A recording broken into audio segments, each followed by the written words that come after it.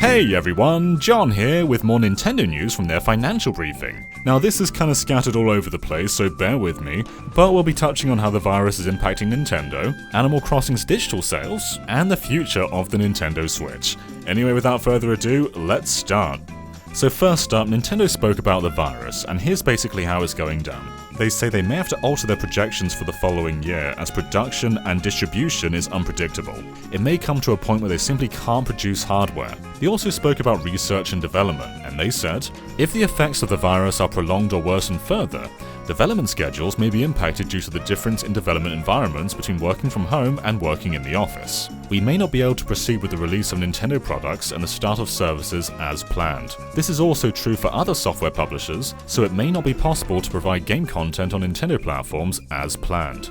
However, hardware production is slowly recovering at the moment, although depending on the future state of the world, that could also take a decline. But right now, not too bad. Nintendo are expecting a lower consumption this year because of the virus. There's been a really strong start to the year with Animal Crossing and Switch sales, but as it goes on, consumers are going to have less disposable income and will likely not be spending money on video games. So there's a forecasted 17% decline. This also implies that the software pipeline won't be that extravagant this year, as expected.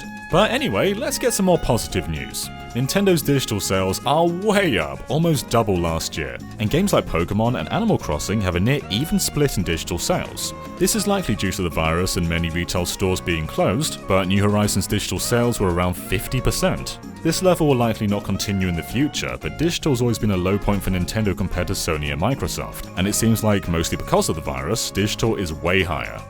Speaking of Animal Crossing, most of the buyers were between the age of 20 and 30, with 40% being women. A large amount of people buying Animal Crossing were also buying Switch hardware at the time. Now here's something really interesting. We are barely in the middle of the Switch cycle, meaning a successor is not on the horizon. There may be a revision, but the console is nowhere near on the way out.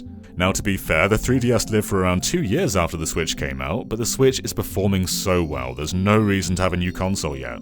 So while we may get a Switch Pro or something like that, the Switch itself is going nowhere right now.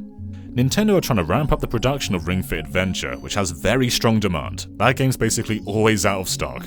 And when it comes to Nintendo Switch Online, there are over 15 million users, and that number's increased since Pokemon and Animal Crossing came out. Alright, wrapping up. Nintendo have increased the ad budget for Nintendo Switch, so expect to see a lot more ads fairly soon. And since we're entering the middle stage of the Switch cycle, they want to reach those who don't play games, hence the budget increasing.